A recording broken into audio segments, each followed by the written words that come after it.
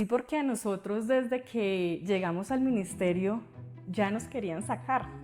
Aquí tenemos un problema enorme y es una barrera que el país tiene que vencer, que tiene que sobrepasar como sociedad, y es el clasismo y,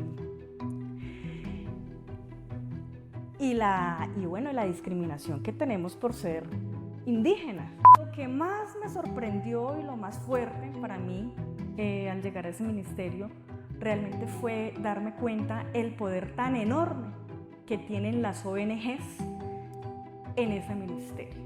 Entonces son como repúblicas independientes dentro del ministerio, todas con intereses profundos, pero no en conservar el ambiente, sino en intereses económicos. Que hubiera sido un poco más ruda con esas entidades que tienen secuestrado al ministerio, que tienen secuestrada la política ambiental del territorio y del país, de todo el territorio nacional, que tienen secuestrados los recursos de todos los colombianos y que no permiten que evidentemente lleguen las soluciones como nosotros las necesitamos.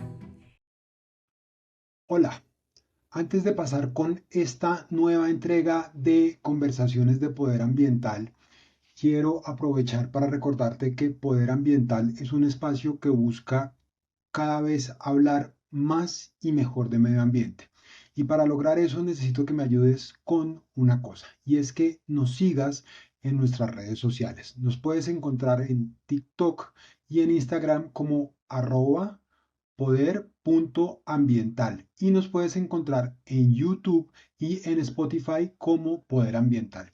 Si nos sigues, es más fácil que cada vez tengamos mejores invitados para tener mejores conversaciones. Recuerda, lo ambiental es poderoso y lo ambiental es político. Muy buenas noches a la gente de Poder Ambiental. Les cuento que estoy muy emocionado el día de hoy porque esta es la primera vez que la exministra Lena Estrada da una entrevista en formato extendido después de su renuncia a mediados de este año. De manera que antes de seguir con la doctora Estrada, voy a mencionar un par de cosas muy rápidamente. La doctora Estrada es politóloga de la Universidad Nacional de Colombia y también de la Universidad Autónoma de Barcelona.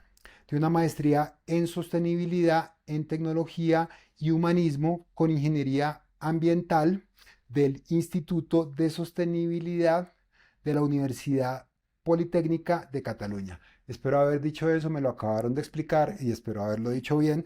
Ahí mismo la doctora hizo su doctorado en estudios de sostenibilidad. Laboralmente voy a decir nada más un par de cosas porque nos podríamos quedar muchísimo tiempo acá. La doctora Estrada trabajó en procesos de consulta previa con la OPIAC, fue asesora en el mecanismo abreviado de concertación de los acuerdos de paz con la ONIC, fue presidenta departamental del Amazonas con el movimiento alternativo y social Maíz, fue directora de Life Culture, fue representante global de los pueblos indígenas para el programa de medio ambiente de las Naciones Unidas PNUMA. Esta fue una posición global que ella tuvo, fue candidata al Senado por el Maíz, fue directora de la Academia Diplomática de Colombia y fue ministra de Ambiente y Desarrollo Sostenible de Colombia, convirtiéndose en la primera mujer indígena en ocupar esta posición en Colombia.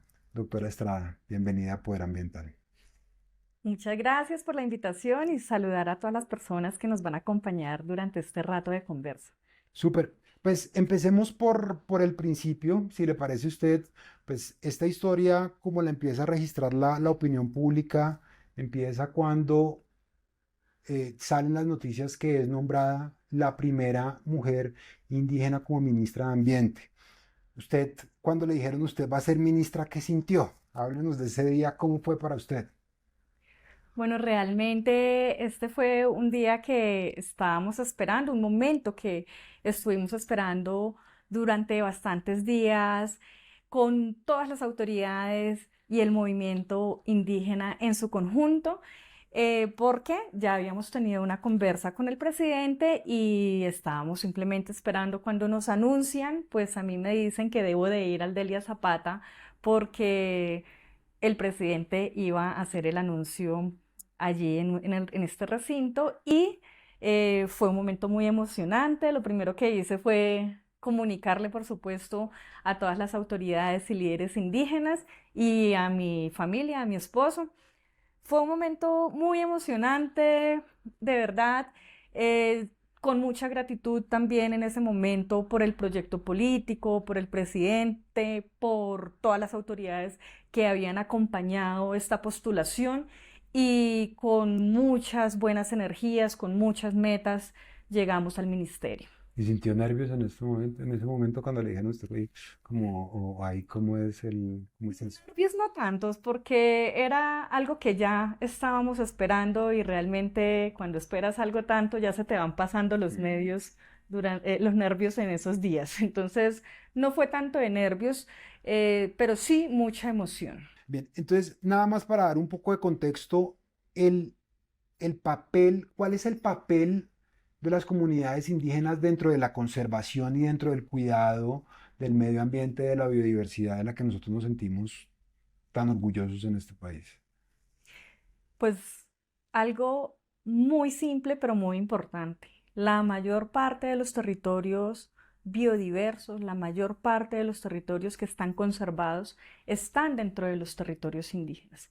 Entonces nadie mejor que los indígenas podemos decir y enseñar cómo se debe realizar esa preservación, esa administración de los territorios, porque nosotros tenemos una visión que es del uso y cuidado y administración de los territorios. Ujú. Nosotros no tenemos una visión de conservación, que es la que históricamente se viene utilizando aquí en el país y que ha sido una visión conservacionista en donde la visión de las comunidades que habitan los territorios se ha quedado muy por fuera de todas esas políticas. Entonces sí es importante decir que los territorios están conservados gracias a los sistemas de conocimiento de los pueblos indígenas y que lo que más importante es traer a las políticas públicas esos conocimientos que tanto han aportado a la administración de esos territorios. Entonces, si le entiendo, los territorios están bien conservados por los indígenas, pero los indígenas no consideran que eso sea una práctica de conservación. ¿Sí entendí bien? A ver, nosotros, Colombia como tal, viene tratando una política pública y viene creando sus políticas públicas ambientales a partir de una visión que es una visión de conservación eurocentrista. ¿En qué Ajá. consiste eso? Consiste en que básicamente se tienen que conservar los territorios para no tocarlos, para no utilizar los recursos que nosotros tenemos en la naturaleza. Y es una visión totalmente opuesta a la que tenemos los pueblos indígenas, porque los pueblos indígenas consideramos que evidentemente los recursos de la naturaleza están ahí para que los utilicemos. Es que nosotros hemos utilizado todos los recursos de la naturaleza siempre, pero hemos tenido una administración que es sostenible y en la que yo creo que tiene mucho que aprender el país y los gobernantes. Pero entonces las reglas de uso son diferentes. Pero entonces, ahí para cuando usted llega al ministerio, ¿cierto? Entonces usted, listo, fue un momento bonito, entonces usted la nombran y usted llega al ministerio, que esto es finales de febrero de este año. Usted se encontró con qué realidad de cómo la visión de los pueblos indígenas estaba plasmada ahí y cómo funcionaba el ministerio, es decir, como cuáles fueron sus primeras impresiones cuando llegó al ministerio. No, la visión de los pueblos indígenas no estaba plasmada en el ministerio. Y de hecho, ese fue un trabajo que iniciamos desde que llegué yo como ministra en este gobierno. Lo que más me sorprendió y lo más fuerte para mí al llegar a ese ministerio realmente fue darme cuenta el poder tan enorme que tienen las ONGs, en ese ministerio. ONGs que llevan ahí décadas, que pasan por todos los gobiernos. Muchas están casi desde que se creó el ministerio. Entonces son como repúblicas independientes dentro del ministerio, todas con intereses profundos, pero no en conservar el ambiente, sino en intereses económicos. Entonces, ese encuentro que tuve allí, pues evidentemente fue muy fuerte, porque muchos de los que hacen parte en esta estructura no están de acuerdo y no apoyan a una visión de manejo, de administración, de política pública desde los territorios, desde los pueblos indígenas, porque tenemos una política pública muy desde el centralismo, muy desde el escritorio, muy desde lo colonizador. Entonces, darme cuenta que ese poder tan enorme que han tenido las ONGs, pues era muy difícil llegar a hacer algún cambio, pues creo que eso fue muy fuerte. Eso por un lado. Pero por otro lado, en un segundo lugar, algo que a mí me preocupó y me sigue preocupando mucho es el poder que tienen los países que apoyan en la cooperación y las decisiones que tienen que ver con los posicionamientos nacionales y de política pública, las están tomando ellos, no nosotros. Entonces sí me parece que allí hay una falta de autonomía nuestra como país y de soberanía, por supuesto, porque incluso los líderes de los equipos principales, cuando llegué al ministerio, estaban contratados, pagados por la cooperación y con unos posicionamientos que realmente no tienen nada que ver con los intereses nuestros como país y que además tampoco brindaban información.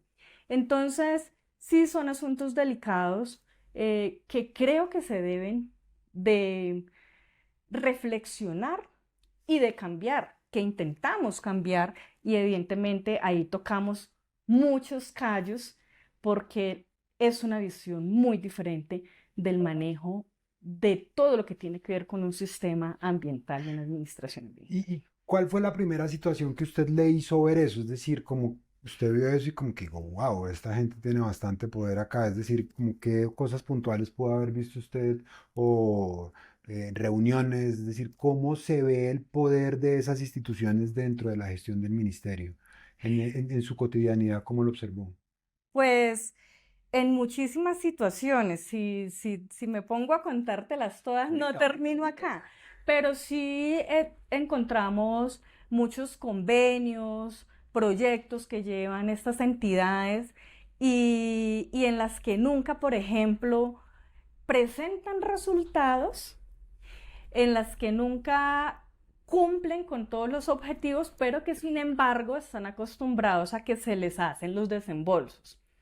Evidentemente nosotros decíamos, pues si no hay productos, si no hay resultados, pues no hay desembolsos. Eso es grave.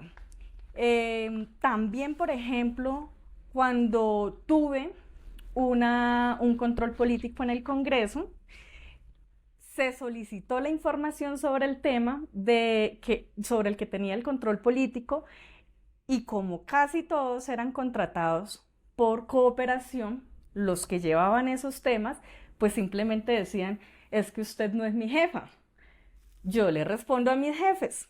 Y los jefes pues son los de la cooperación. Pero siendo usted ministra, le decían eso. Siendo yo ministra. ¿Usted recibió esa respuesta? Sí, señor.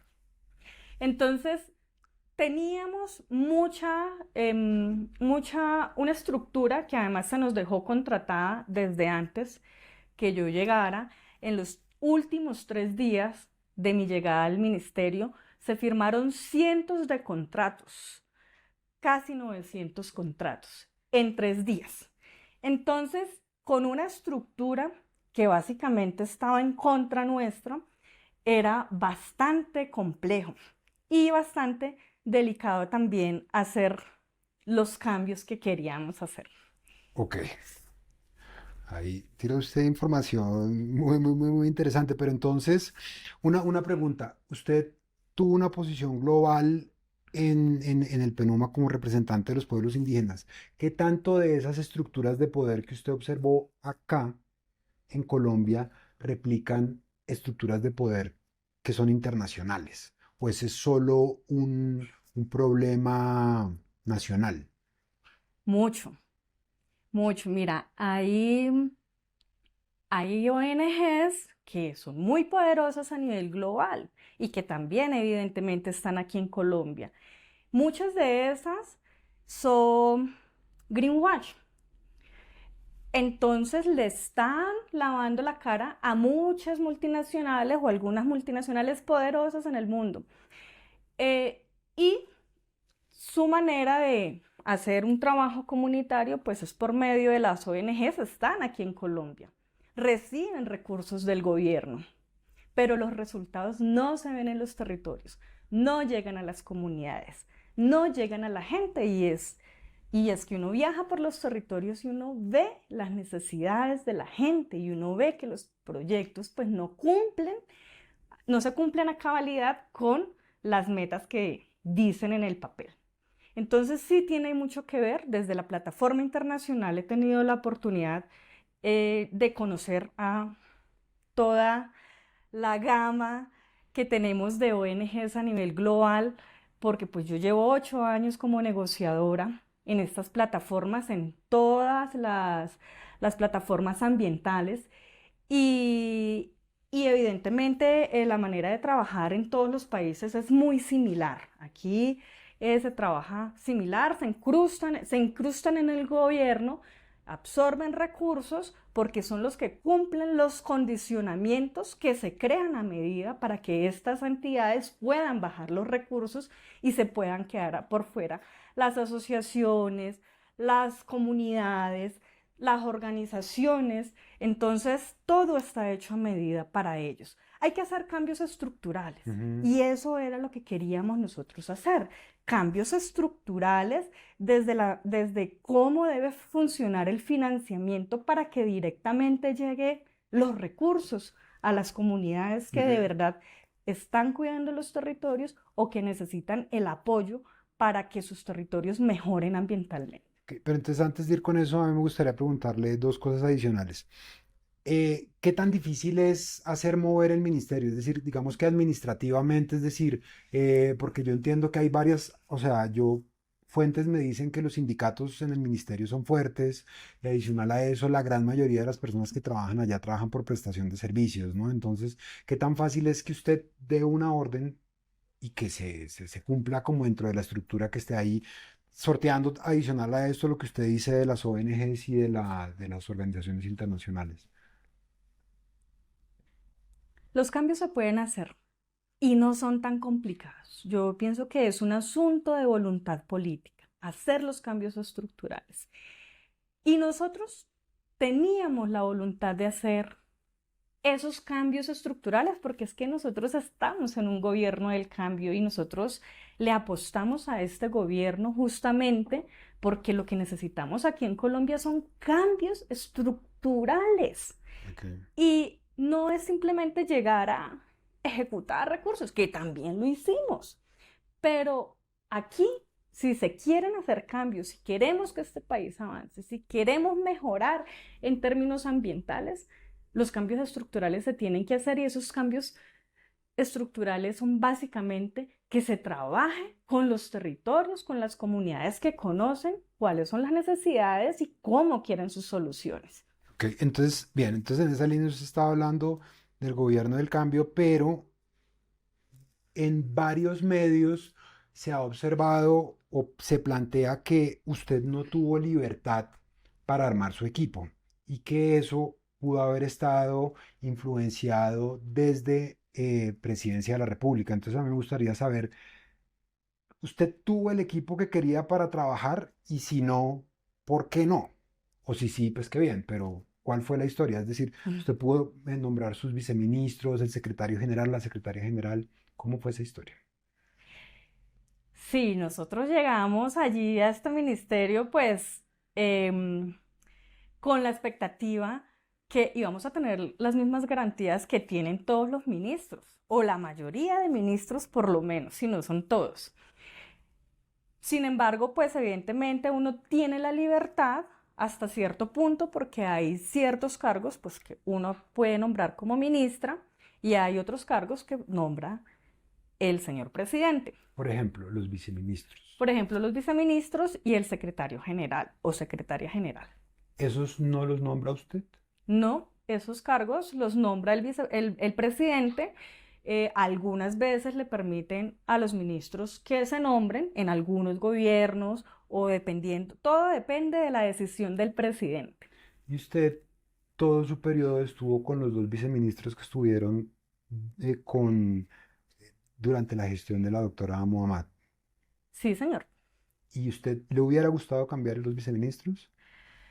Evidentemente, fue algo que se insinuó porque no somos de la misma corriente política, eh, ambiental, ¿no? Digamos, porque aquí finalmente todos somos del pacto, pero me refiero a la visión que tenemos de cómo se debe trabajar la política ambiental, Ujú.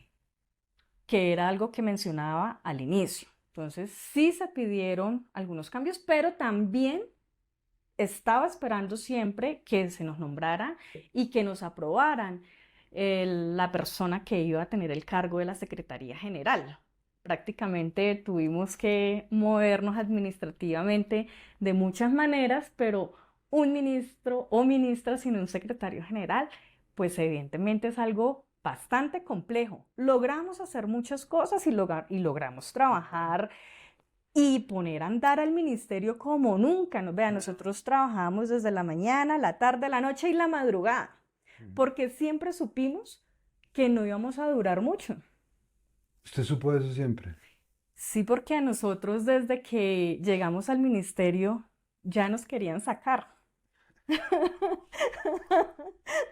¿Usted Sí, sintió eso desde el principio? por supuesto. Oye, aquí tenemos un problema enorme y es una barrera que el país tiene que vencer, que tiene que sobrepasar como sociedad, y es el clasismo y, y bueno, la discriminación que tenemos por ser indígenas, Claro, porque usted habla, qué pena que la interrumpa. Este es un término suyo, la oligarquía ambientalista. por supuesto.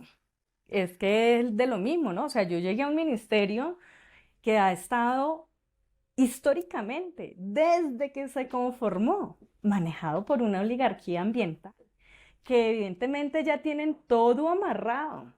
No importa el gobierno que llegue, ellos siempre son los mismos. Entonces, ¿cómo podía yo trabajar con ellos si ellos a mí no me estaban apoyando, pero era porque tengo una visión diferente, que es Ujú. la de los pueblos indígenas y la de trabajar directamente con las comunidades? Entonces, trabajar con unas personas que sí, el trabajo no lo hacen personas que pertenecen a sus ONGs, o si no se les entregan directamente a ellos los recursos para que ellos hagan de forma cerrada los trabajos, sino que yo les proponía que hay que bajar a los territorios, hay que preguntarle a la gente, hay que conversar con la gente, pues obviamente no les gustaba.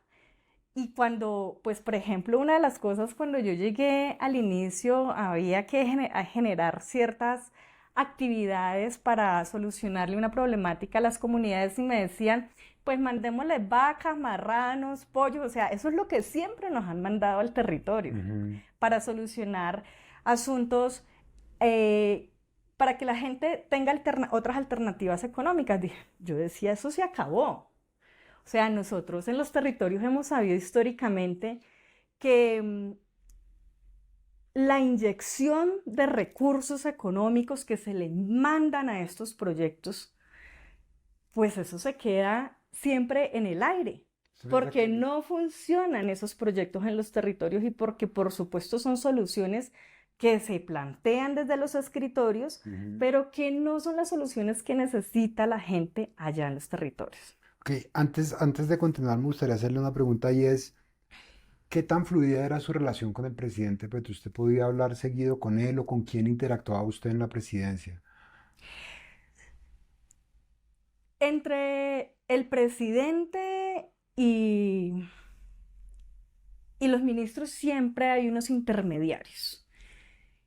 Entonces, esos intermediarios a veces mm, cambian la idea del presidente o te dan órdenes que siempre te dicen que el presidente dice que tienes que hacer X cosa, pero a veces el presidente no sabe ni siquiera lo que ellos te están ordenando.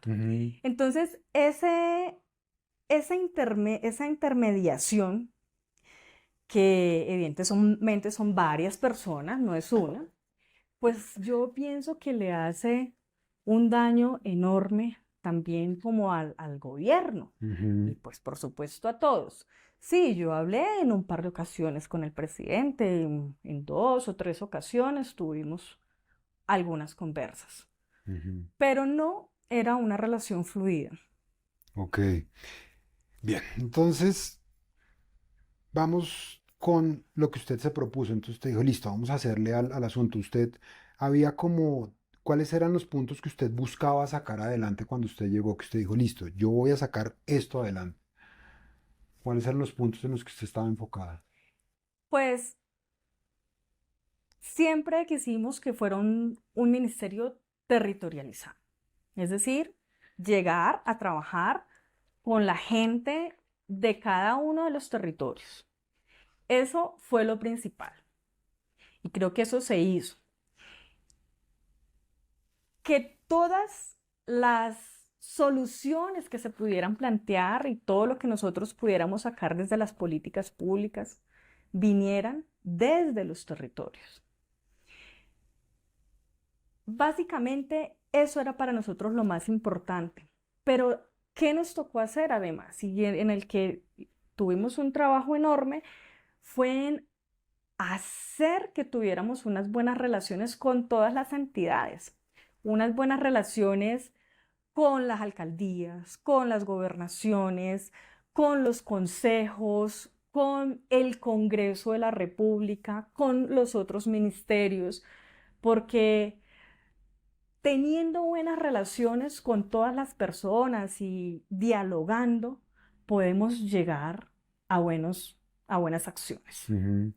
Ok, entonces la territorialización era importante en términos también, por ejemplo, de elementos indígenas como lo de acceso directo que se logró o sea, que se ha estado hablando desde la COP16 y que se espera que el dinero, por ejemplo, de las multilaterales y eso estaba en la agenda suya. ¿Cómo va eso? ¿Cómo lo ha visto usted? No, pues fíjate que es que eso no es algo nuevo que yo haya trabajado en el ministerio, es que eso es una lucha de los pueblos. Correcto. O sea, el financiamiento directo lo hemos venido peleando en las plataformas internacionales por años. Claro, qué pena que la interrumpa.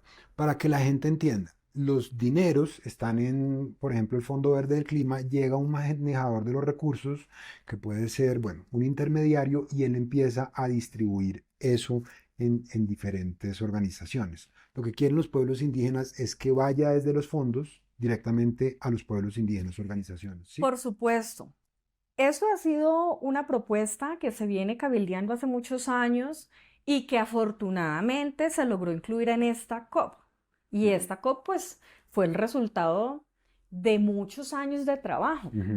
El que eso pudiera quedar incluido y se ha quedado incluido en esta COP como en otras COPs de otras plataformas ambientales, porque esa es una meta que tienen los pueblos indígenas para que no siga ocurriendo pues lo que está ocurriendo, como por ejemplo aquí en Colombia, que es lo que le contaba, pues que los recursos se les entregan a las ONGs para que ellos ejecuten directamente porque los requisitos están hechos para ellos. Entonces, ese es el punto. Los recursos financieros deben de llegar directamente a las comunidades sin pasar por todos los filtros que usualmente e históricamente se han creado para que lleguen a estas organizaciones, porque lo que se piensa y lo que se dice a viva voz, porque a mí me lo decían en el ministerio, es que las comunidades no pueden administrar, que las comunidades se roban la plata, que las comunidades no están preparadas. Y yo quiero decirle a la gente que las comunidades están muy preparadas, muy preparadas. Incluso en los últimos proyectos de regalías, los proyectos mejores puntuados eran los de los pueblos indígenas, mejores puntuados que los de las gobernaciones, de las alcaldías, y los de otras entidades.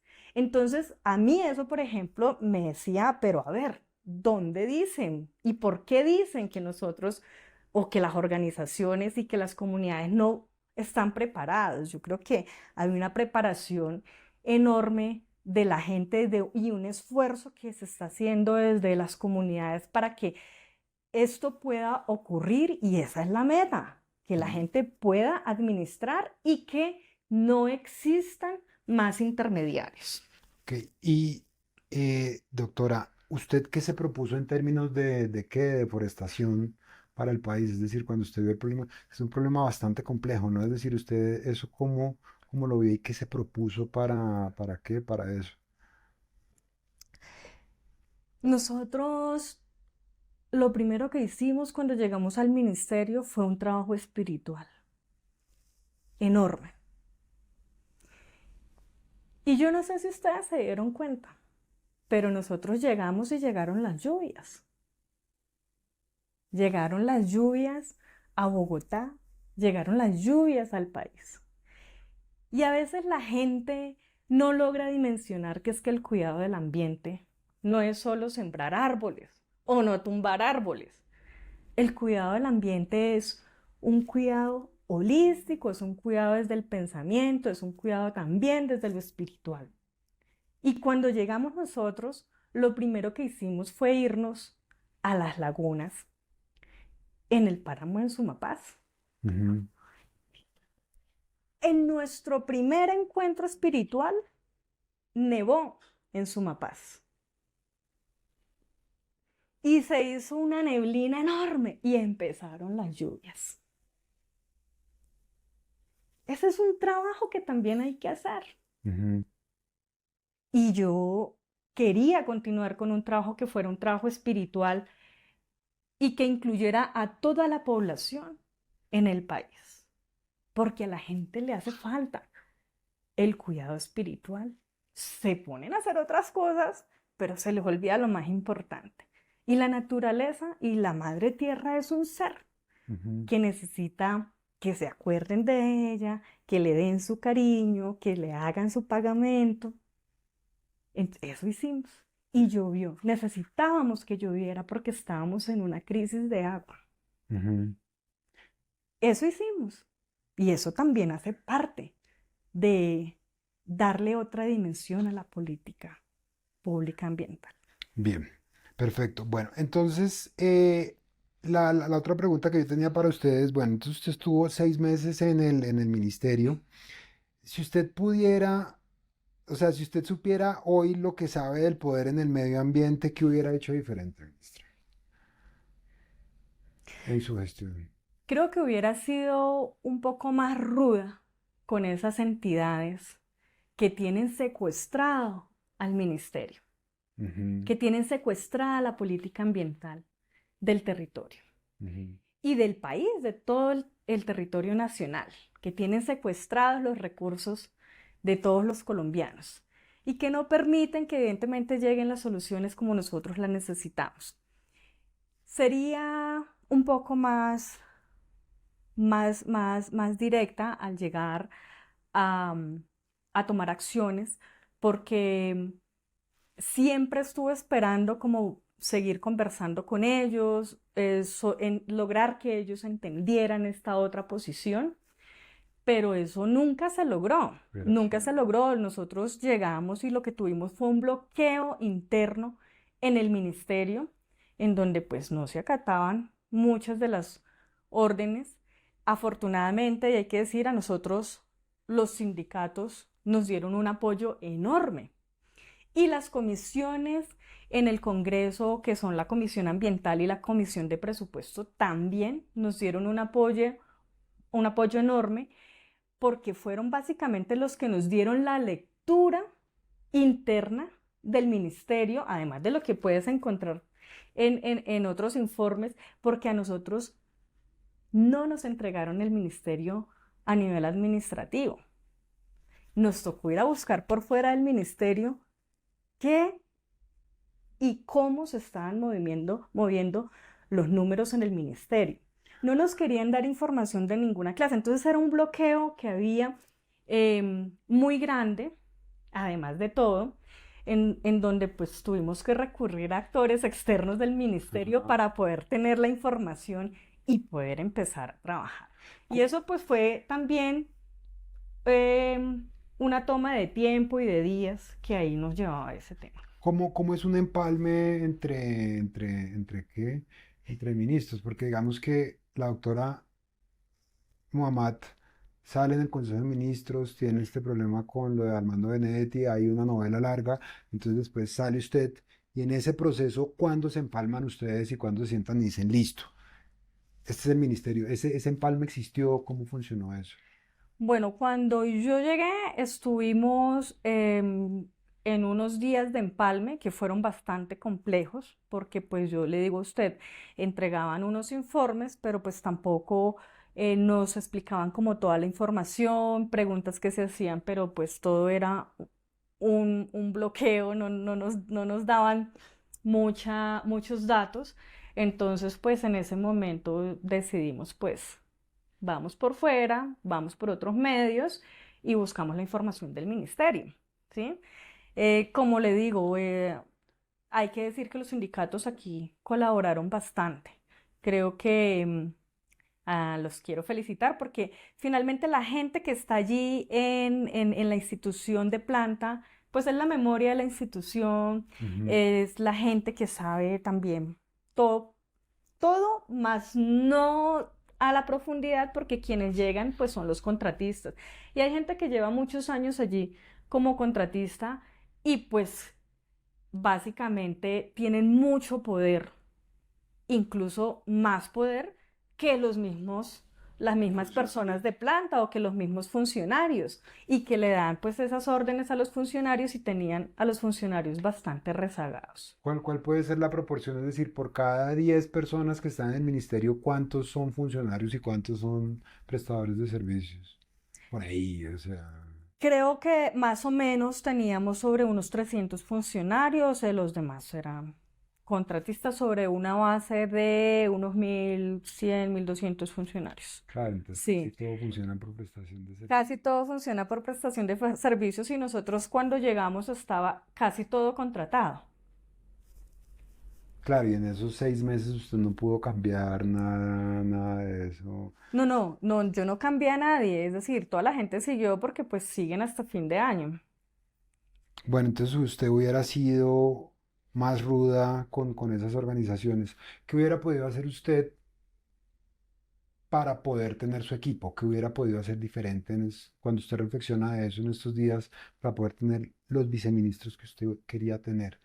Lo que pasa es que también el jefe es el jefe, ¿no? Es decir, al final del día el presidente es el presidente, pero ¿qué hubiera podido usted hacer diferente ahí hoy en día? ¿Cómo lo ve? No, pues cuando uno llega a un cargo como estos, pues uno pide un respeto, la posibilidad de una conformación de equipo y cierta autonomía, pero no tuvimos ninguna de las tres, ¿sí? Y creo que pues eso da para mucho para pensar. Siempre también tuvimos una persecución política. Y digo que fue una persecución política porque em, nos estaban, eh, nos estaban dando duro en los medios, pues no nos tenían por dentro súper amarrado todo.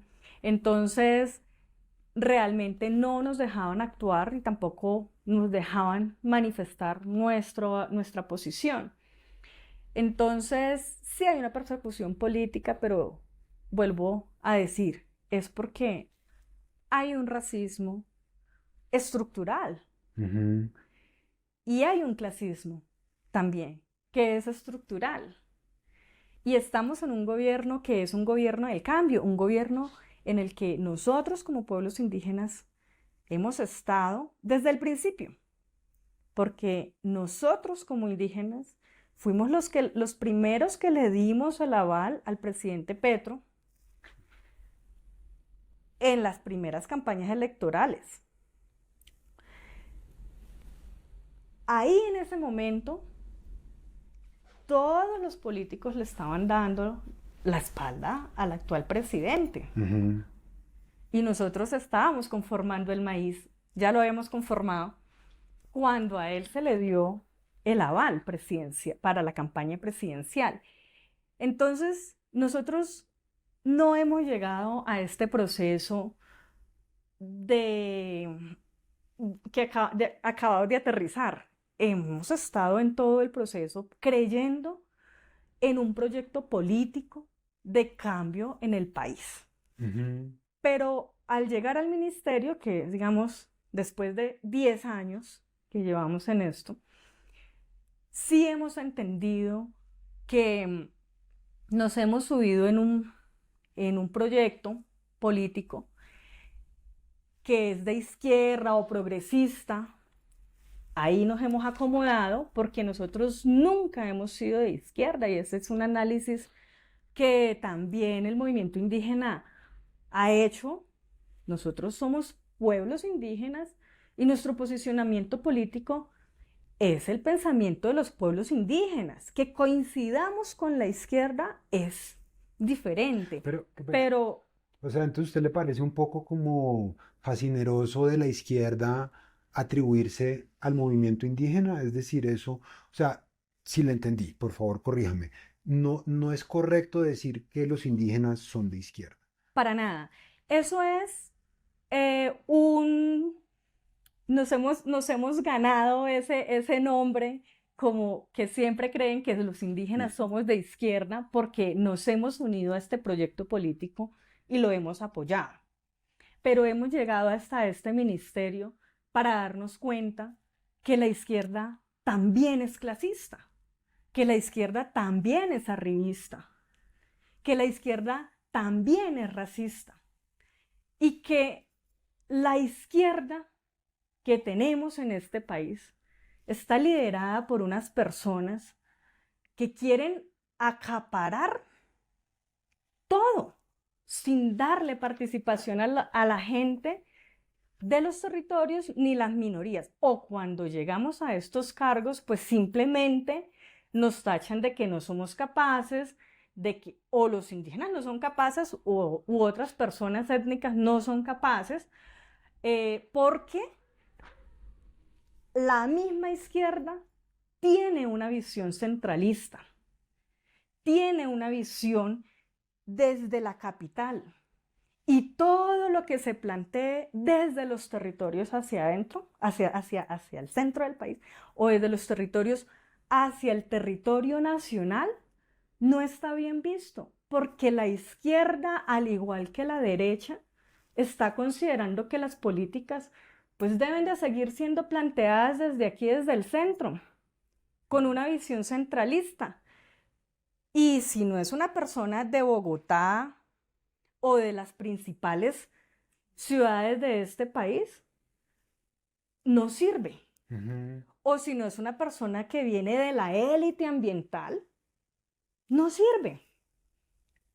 Ajá. Si se plantea desde otro punto de vista, te dicen, eso no es bueno, usted está equivocada, ¿sí? Entonces, sí creo que ahí hay que hacer una reflexión y aprender de los errores también para lo que pueda continuar. Y tenemos que autorreconocer los errores que hemos tenido también.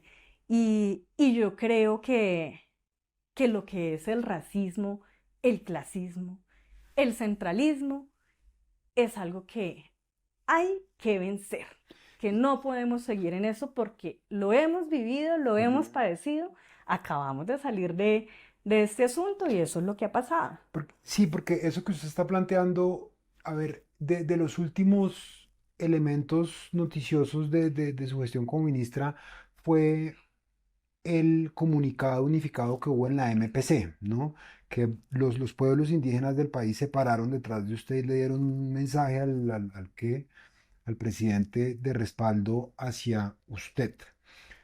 Y saliendo usted del ministerio, a ver, la primera es, ¿usted cree que el presidente escuchó ese llamado? Y segundo, ¿cómo queda representado el movimiento indígena en este momento en lo que queda del gobierno del presidente Petro? No sé si el presidente escuchó nuestro mensaje, yo me imagino que sí, porque estuvo por todos lados, pero en este momento no estamos en nada en el gobierno nacional, no estamos representados en ninguno de los niveles.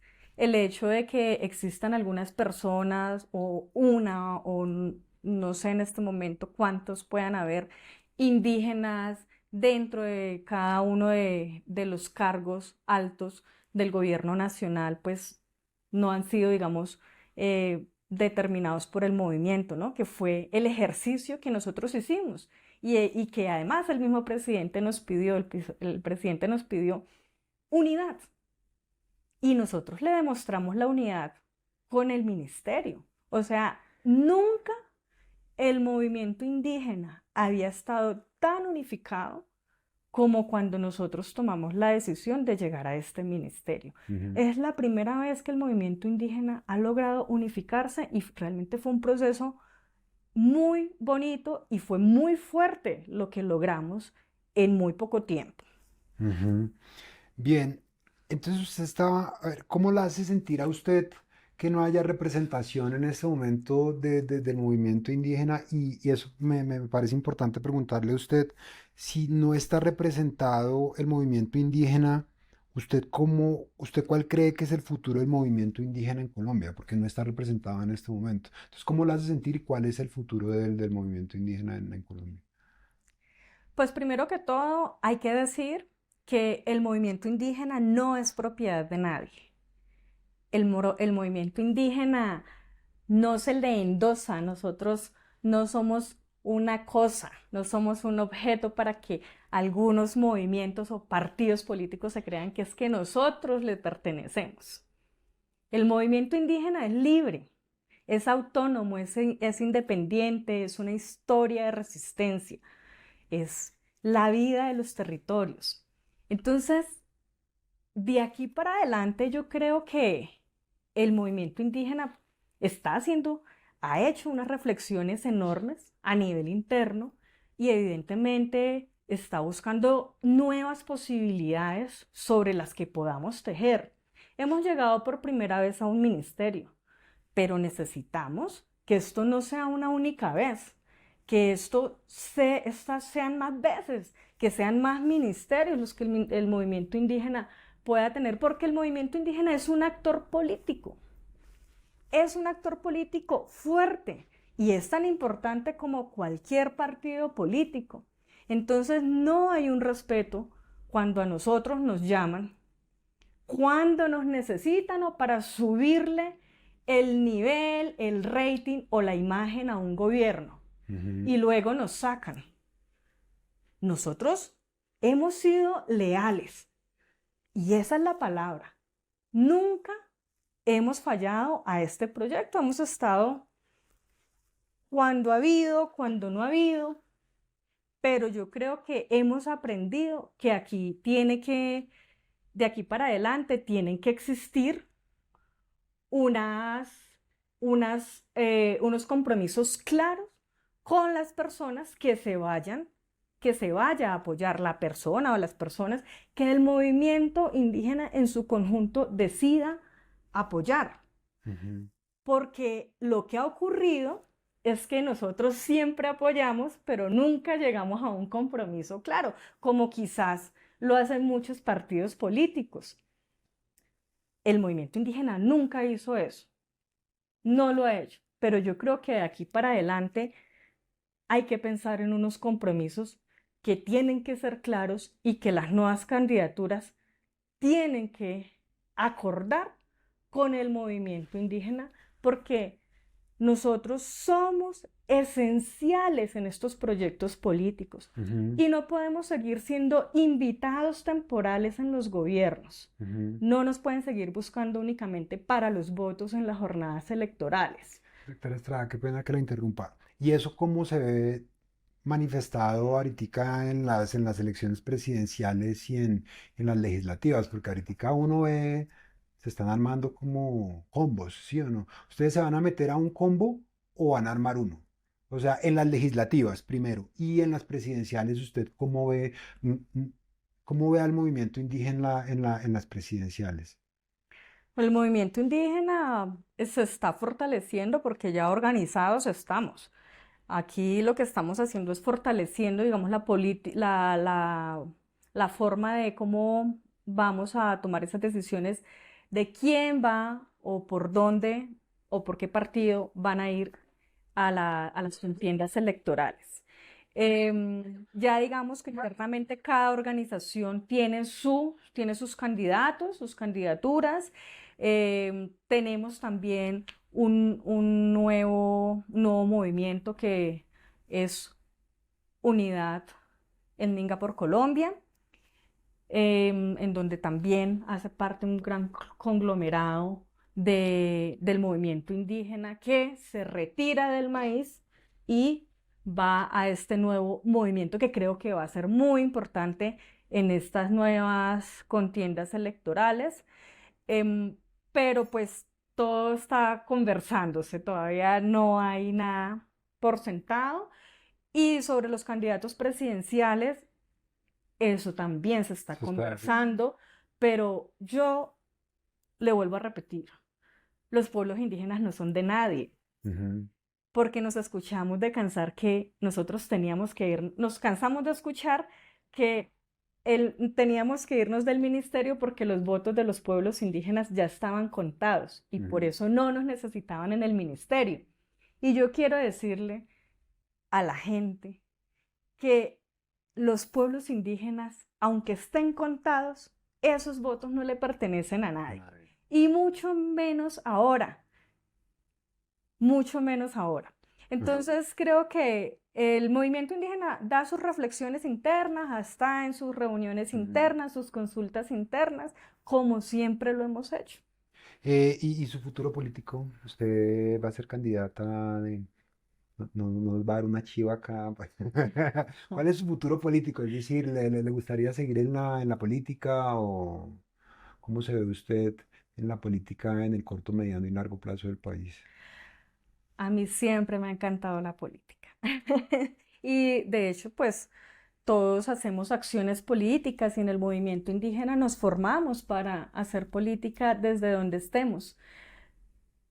Viendo después de asumir el rol de ministra y viendo que las decisiones, por ejemplo, las decisiones ambientales que tienen que ver con todo un territorio nacional y que son tan estrictamente importantes en los lugares más alejados de Colombia, en donde nadie tiene voz, em, todas las decisiones sobre este país, se toman desde Bogotá, desde el centralismo. Ujú. Por eso yo creo que ahora es importante que la voz de los territorios pueda liderar unas políticas de capital. Ok, y bueno, le voy a hacer un par de preguntas últimas. Si usted lo volverían a ofrecer el ministerio, ¿usted lo aceptaría? Por supuesto que lo aceptaría. El Ministerio de Ambiente es el corazón para los pueblos indígenas porque es el ministerio más cercano a los territorios. ¿Y usted qué le diría al o a la presidenta que se lo ofrezca? Usted le dice, bueno, yo acepto, pero sí, ahí usted, ¿qué no negociaría con el presidente o la presidenta que le ofrezca eso? Nunca negocio mis principios, como lo hice en este ministerio, y eso nos costó el ministerio, no negociar nuestros principios. Pediría siempre, y lo mismo que he pedido y que no se dio, el respeto, la autonomía y la conformación de equipo. Ok, la otra pregunta es, usted ahorita estaba hablando de los medios de comunicación. ¿Qué tan importante después de su paso por el ministerio usted considera que es la comunicación? Es decir, porque usted le dieron duro a los medios, me incluyo, ¿no? Pues no me va a salir, es decir, ¿qué de lo que usted trataba de hacer usted piensa que hubiera podido comunicar mejor y qué tan importante usted considera que es Sí. comunicar? Bueno, es que a veces también los medios hablan de unas cosas que realmente son muy superficiales. Ujú. Yo creo que los medios tienen que ser más críticos, hacer un poquito más de investigación, saber qué es lo que está pasando em, en la raíz de cada una de los temas que se van a abordar, porque muchas de las noticias que veía, pues eran noticias superficiales y eran como cosas que se escuchaban en los pasillos. Nunca veía muy pocas veces vi noticias como muy serias, muy estructuradas. Entonces, yo creo que es importante la comunicación. Nosotros siempre estuvimos comunicando todo lo que hacíamos, la mayoría de cosas que se estaban haciendo. A partir como del segundo o tercer mes que llegué yo al ministerio, porque incluso también tuvimos un bloqueo con el equipo de comunicaciones que no nos comunicaba nada de lo que hacíamos. Ujú. Entonces, duramos un par de meses como intentando sacar muchos avances de los temas que llevábamos, pero bueno, no se daban las cosas. A partir del segundo o tercer mes, empezó a salir todo. Yo creo que la comunicación es importante, que siempre hay que fortalecerla, que siempre hay que estar diciendo cada cosa que se lleva a cabo. Ministra, digamos, ¿tiene algunas reflexiones finales sobre esta entrevista, algo que se le hubiera quedado en el tintero sobre su gestión de las cosas que hablamos ahorita? Bueno, en el ministerio se avanzaron muchísimos asuntos que estaban olvidados, estaban en el baúl de los recuerdos, pero principalmente, o muy importante, quiero decir que sacamos la política nacional ambiental indígena. También quedó lista la actualización de la política de educación nacional. Creamos también la primera plataforma de líderes ambientales del gremio de los LGTBIQ+. Esto con una participación enorme de estos sectores. Fortalecimos y le dimos transversalidad a la participación en todo el ministerio, en todas las acciones del ministerio, algo que no se hacía porque la subdirección de participación estaba también en el baúl de los recuerdos y por supuesto fortalecimos con Aldef, que es donde es el comité medio del cual podemos tomar acciones frente a esas acciones que se realizan en deforestación. Entonces ahí trabajamos también bastante con otras entidades del gobierno y también pusimos un poco de mano dura en sectores que son altamente Ujú. em, degradados. Ok. Ministra, y ahorita digamos que sigue para usted en estos próximos días. ¿Se va de viaje, va a seguir en la plataforma internacional? Cuénteme un poquitico de eso. Bueno, vamos a estar esta semana que viene en la Semana del Clima. Vamos a En estar Nueva York. en Nueva York, por supuesto.